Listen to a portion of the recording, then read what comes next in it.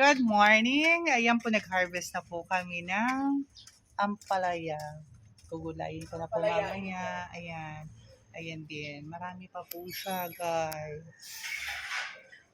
O, diba? Pag may tanim tayo, libre na tayo ng pang-ulam. Ayan. So, ayan po, guys. Ayan.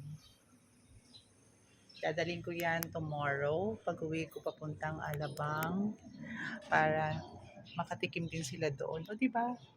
Ganda. O. Pag may tiyaga kayo magtanim, ay aanihin talaga kayo. Ayan.